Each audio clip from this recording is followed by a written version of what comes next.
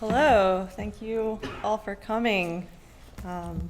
This is kind of a bit of a surreal experience. I was a student here, as Michelle said, and in many ways the book I ended up writing started in this program. Michelle and I were actually talking. It started very much out of an in-class writing assignment in her class where she asked us to talk about our family and traditions and map our heritage. And at that point I was receiving a scholarship through my native corporation, Kodiak Inc., and didn't know much more about any of my heritage other than my great-grandfather, his journey to Carlisle, an incorrect translation of his last name, and where we were registered. And so it really began in that class, this idea of needing to dig deeper and needing to kind of rectify that. And for my own personal need to kind of feel deserving of the support and the encouragement and the confidence that that tribal community was willing to place in me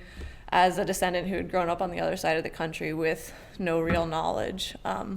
Other than what I discovered was a very shared sense of rupture. And so, since Michelle has already given a little bit of a background about that book, I'm gonna go on and read, and thank you all for coming. And it's wonderful to see so many students and so many old professors from when I was here, and see the campus and everything. So thank you for having me, and thank you for sharing this stage with me.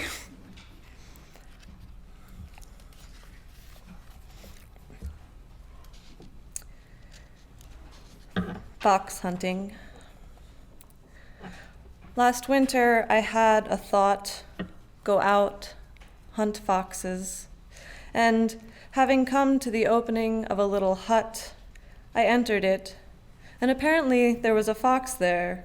I didn't see, but when it was pointed and seen to me, I could shoot. I ran. But running after it, I finally lost my breath under a rock, pulled from there. Then I walked and walked, and seemed to be a fox, but didn't see, but started to run again, shot.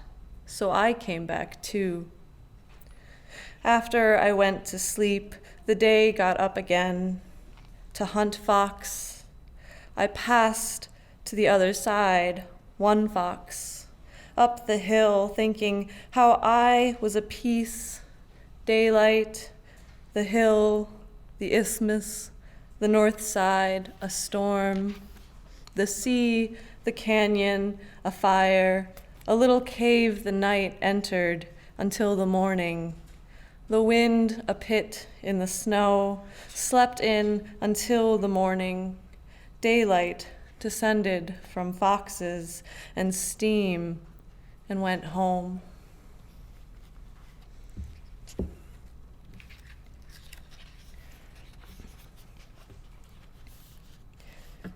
Chabitnoy. It's kind of funny that you should mess up the introduction or the pronunciation of my tribal name, because that is how I was pronouncing it until I walked into the office in Kodiak asking for the Tangirnaq office, and nobody knew what that was. And I found a lot of mispronunciations and misspellings of my last name in doing the research too, and having grown up with so many people mispronouncing my name, only to find out that none of those mispronunciations were wrong. They were all just variations of the same, was a kind of interesting experience. So Chabitnoy, translation Salmon Fisher, Michael Chabitnoy, Aleut, 1886 to 1920.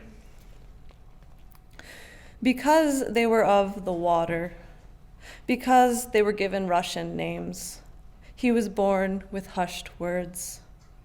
Because his mother had a bad heart and his father was traumatized, they took him from the sea. Because he came to the school charitably before, because there is only one photo after, they told the skeptics, yes, it can be done. Because it could be done, because Indian marries white girl, because he died of consumption, there are words I can't say. because he was survived by 2 sons, because they were called half-breed, because that second son took to drink, I've always been afraid of the sea. Because it doesn't mean salmon fisher. Because I need to know I can say these words. Because it means mischievous, energetic. Mischievous men and women fish for salmon energetically. Because he was an orphan, because in summer my skin turns redder than my father's, because they asked my mother, is she adopted? Because I too am of the water, because I hear these words, I will split my bones and fit my skin to the sea. I will shape my mouth to angle these words with the wind.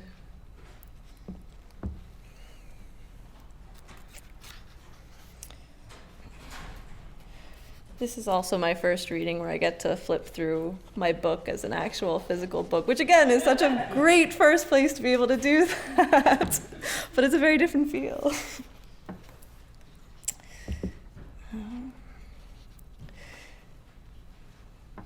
And I think because this is the first reading, and Father Rene is here, who I first met on campus and thought he was insisting I had to take an American history class that I didn't want to take. And didn't take. I think I'll focus on a little bit of that history and a little bit of some of those poems that give Michael's story. In a poetic way, of course. Boy, bear, bird, shark, fox. I can see something wild, Michael, a body poised to run.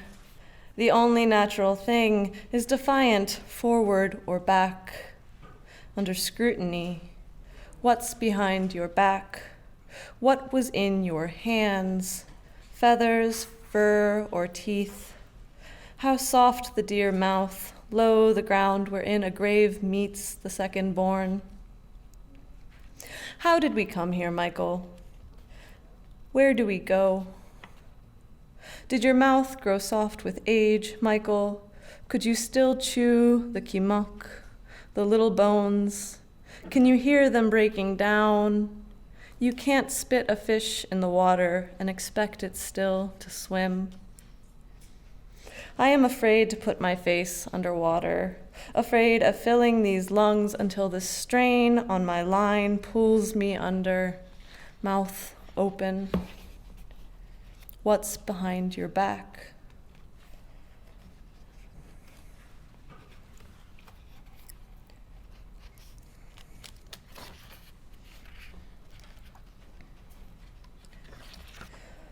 Line, November, post-fall month.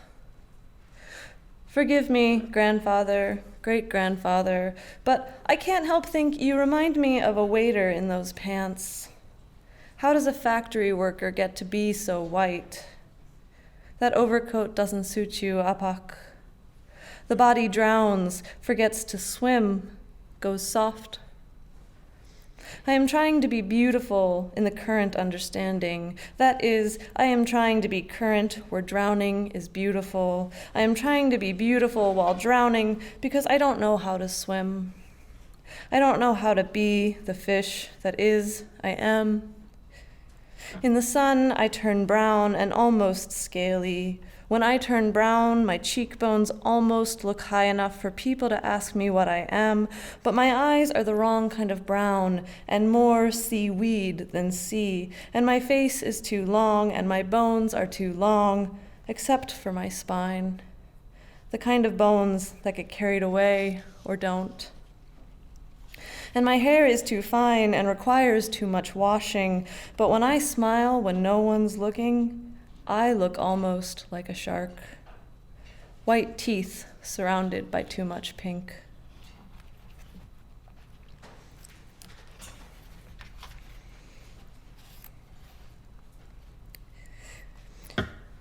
It was winter and I was sweating. The heat, uncomfortable, expecting snow. I get cold so easy, my body forgets. I thought of you yesterday again in the wind, going nowhere beside myself. What was the wind on Wood Island like? Could you walk the other way, Umnak or Unalaska bound? Did it ever blow you right where the world begins? Tell me, Michael, where the world ends, did you ever feel such wind again? April 10th, 1909. Student Michael Chabitnoy went on an outing and didn't return.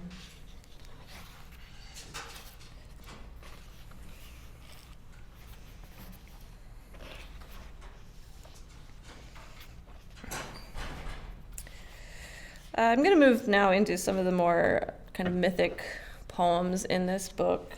Part of what I try to do, in addition to focusing on the history and trying to revive that history, was find a place for myself in that history, and to find a way to do so that was not appropriative, but also opened up kind of a space for a multiplicity and a kind of dissolving of some of those borders.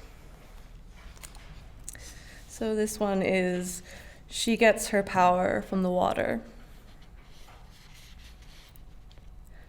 She removed her ribs and buried them in a row, having dreamt she would lose them.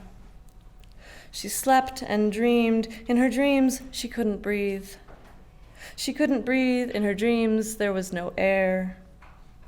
She woke to find her chest was sand, her ribs were rock, her lungs fire weeding through the faults.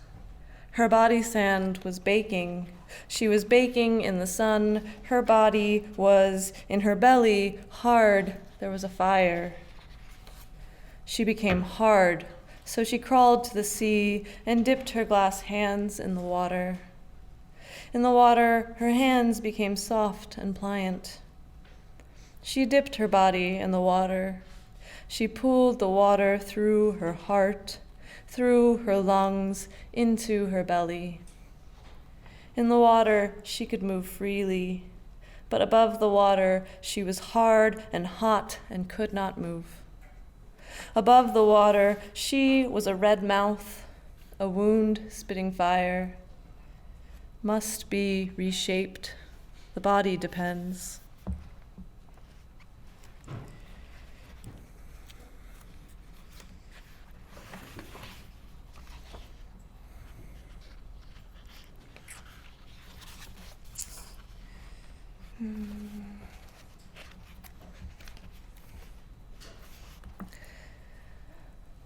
Kodiak with house. Kodiak is the Untitled Chapter word for dreaming, so dream with house. There was a house I needed to go. I needed a home to survive, to wait the fire, the flood where there were others with other bodies. There was earth in them, I dug, speaking the dead with words. I dug my way back to survive the flood into the earth. I had to know what I didn't know. I didn't know what kind of monster was I. You can't throw the fish back in the water and expect to swim. So I dug.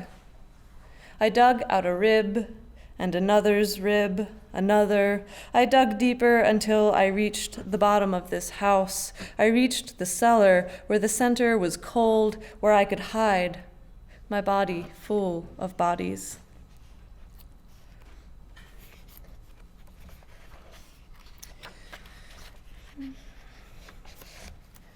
Still learning where my poems are located in my own book.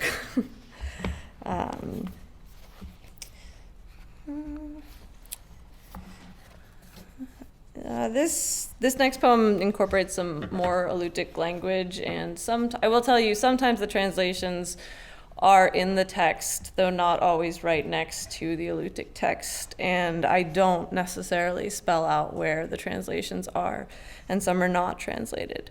So with that, I will say part of the title is Ginarok, and that means like a face and refers to a mask. But the rest, we'll see if I still remember how to pronounce. Collection object, Ginarok, currently on view. When I decided to be Indian, they were everywhere. There are a lot of Indians in the lower 48. I'm learning by my hand how big my hand is. How many homes on this street are still haunted? We were taken to learn how to cut trees, to live here, how to make clothes to hide ourselves, how to bend steel and other metal with enough pressure and fire, how to yield to desired shapes, how at first we didn't know how to fire our arms, to fit our bodies to metal. At first we didn't know how to leave here to survive, didn't know how to dig the bodies, how to recover the faces, the labres, the weight that was fastened to bone, once the barracks were reoccupied, once the children were sent home. How, I am asking. We didn't need to teach them how to draw fish. They didn't need to teach us how to sew the skin. Don't ask me to identify them. I haven't decided which yet, or whom. I never learned to sew or gut a fish. I didn't understand how to use the objects archaeologists uncovered. Where is my shovel? Iksak iptuk. Silak iptuk.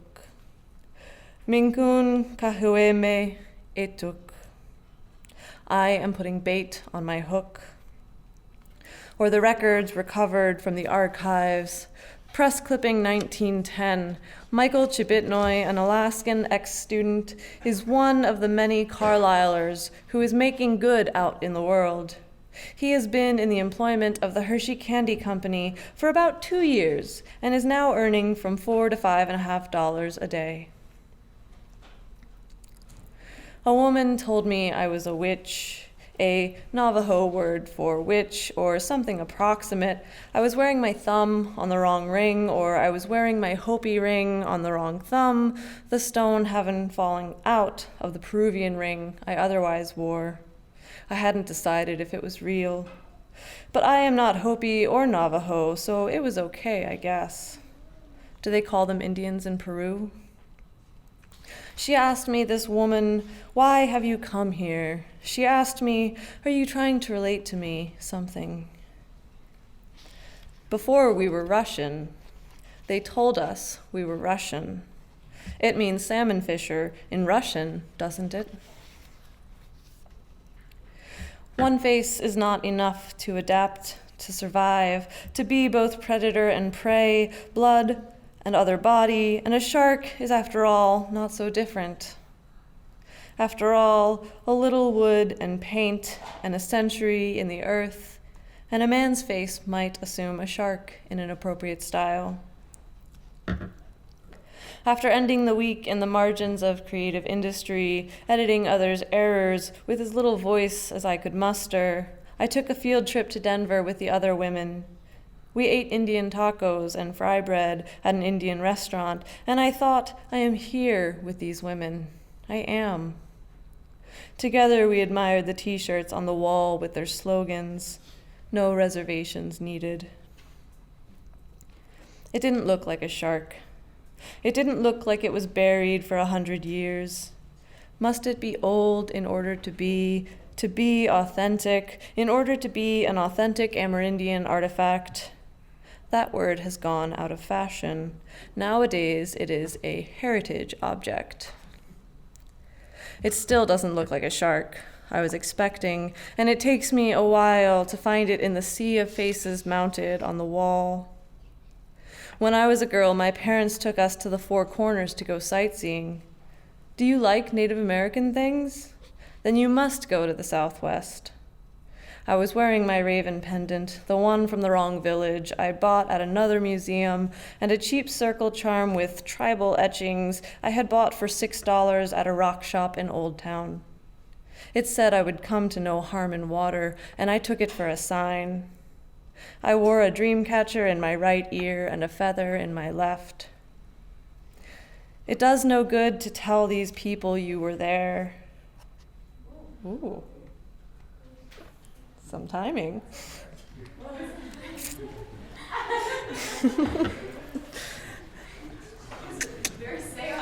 Yeah.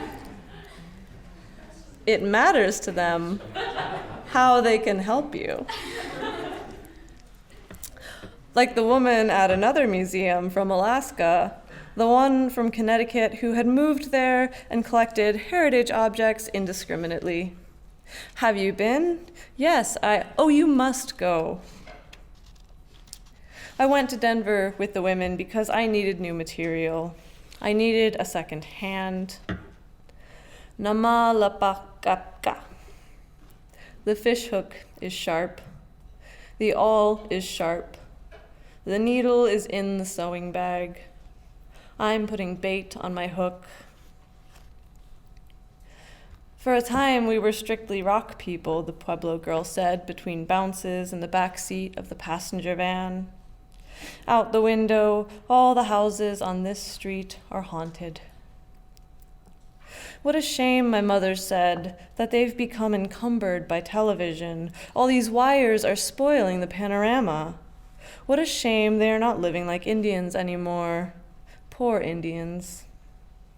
In my memories, often my mother becomes a scapegoat. A daughter must be faultless in her appearance. Guard your tongue in youth, said the old chief, and in age you may mature a thought that will be of service to your people. I read this in a book someone gave me called The Wisdom of the Native Americans. My father bought us each a Kachina doll so they would be less poor, so we would have something to remember them by.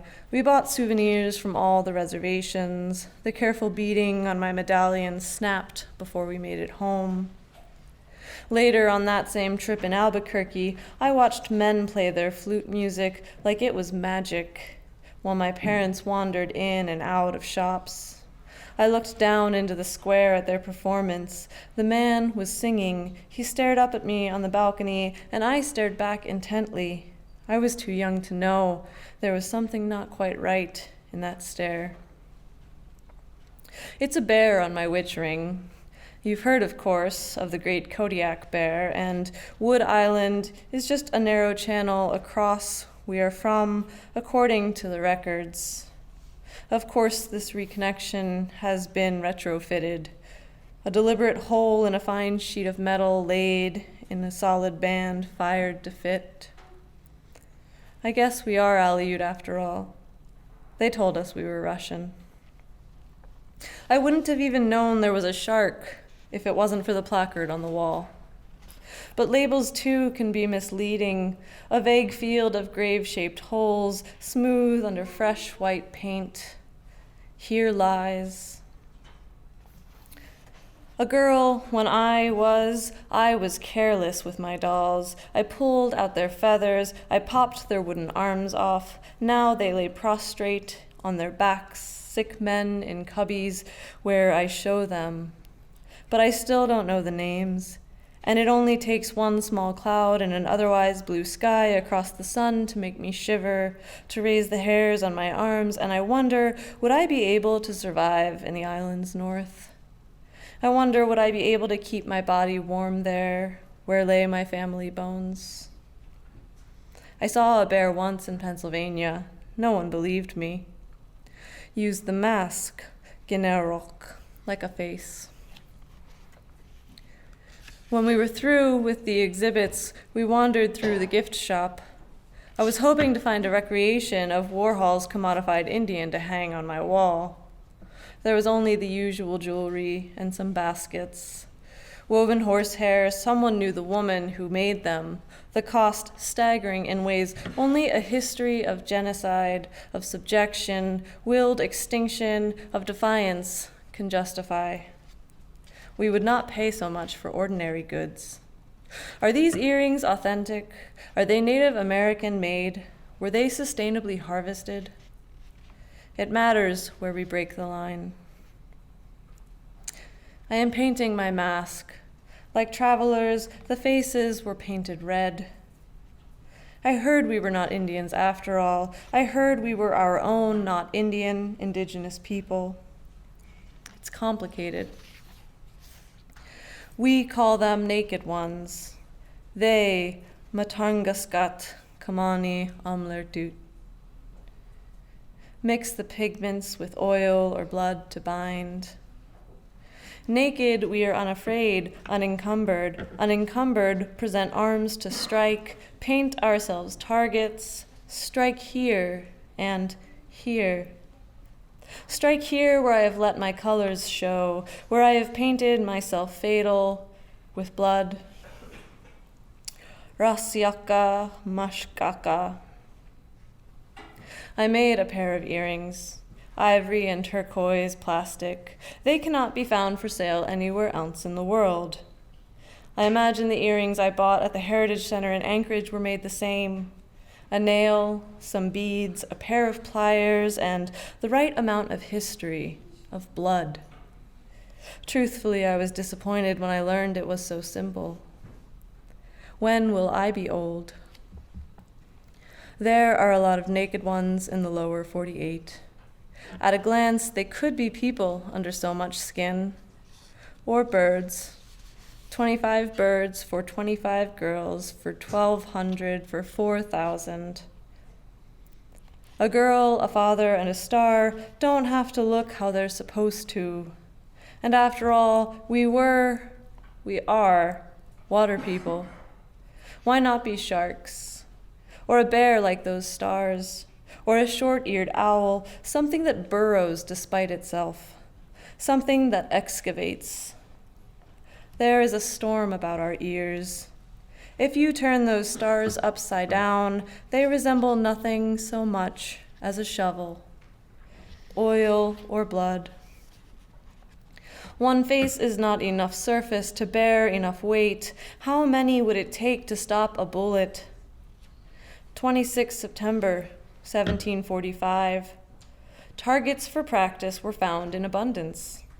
Thank the merchant from Okhotsk, Grigor Shalikov, the benevolent, the founder of Alaska. Under other management, advances were made in science. 1764, one Captain Soloviev was reported to experiment, among other things, upon the penetrative power of his bullets by binding 12 Aleuts in a row. Welcome how, New World? You mix the blood with oil. The placard on the wall calls the tall wooden man Welcome Figure 1900, Chief Johnny Sow. Welcome being a matter of perspective, requiring copper and arms. I am teeth and shell and skin. The shark doesn't look so different. How old must I be? These marks are not significant on land where we have lain. I heard through grave pines, it doesn't take a sky of stars to suggest an arrow, though I suppose a spear would be more appropriate, or a harpoon. It depends which way you look, how much fits at hand. A shovel. I think the masks on my wall are all wrong, from Hawaii, Africa, Costa Rica, from everywhere but home. I looked at the mask the placard told me would look like a shark, but all I saw was the green face of a man looking dead and not very old.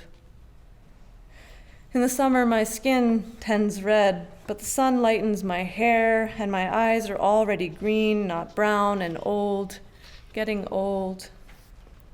I hide my inheritance behind my back. Swinging pendulum, my inverse infant, my body is too conflicted from a front to fit in my hand. The time is at hand for motives. Motives must be held accounted. I am looking for the body hanging round my neck, pulling me forward to the place I can see, honestly say, I am not an Indian, not an Indian. I can say here and present arms, but hands outstretched for a mother, my mother, to any other, I can say I am of the water. I can say that I am. That was a much longer poem than I remember it being. So I think I will just read a few more.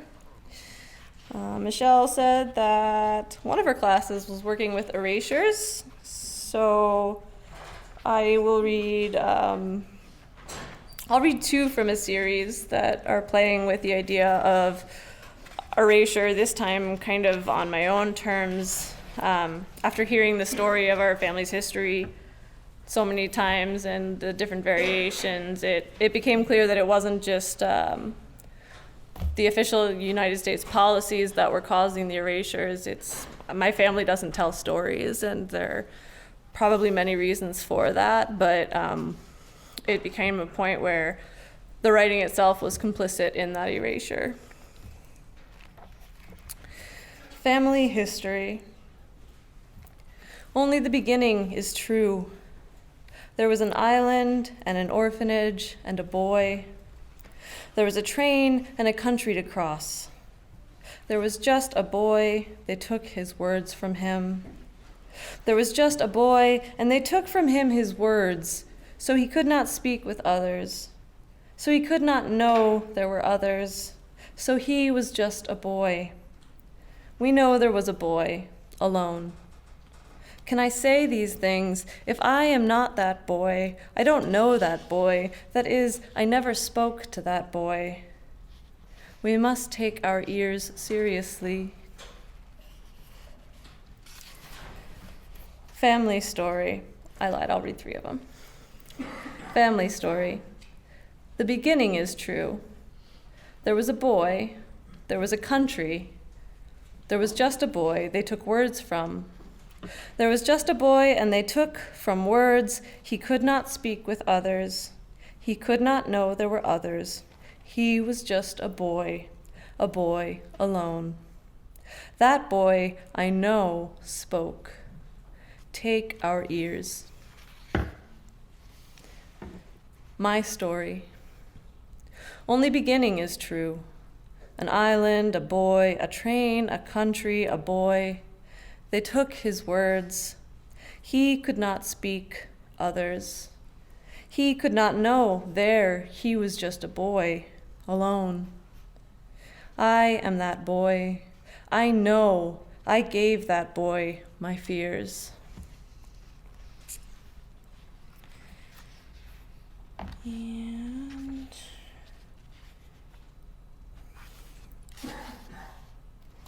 trying to find one that's a little more positive to end on, which has been the challenge of this book. My parents asked me what I was working on next, and when I told them, they said, "Sounds depressing."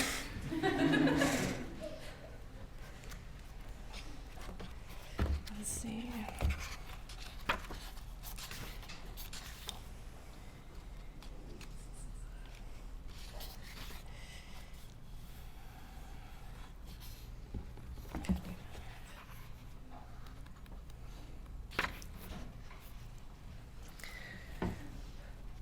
So I will leave you with ways to sustain. If this is not the way these bones should be, if this is not the proper way they should lie, clean with care. Again, clean each joint, thorough, each wave over again. Set aside enough skin, bleach in the sun, grow taut, transparent, enough to reveal any shape, enough to remain water, tight for crossing over. Koyana, thank you.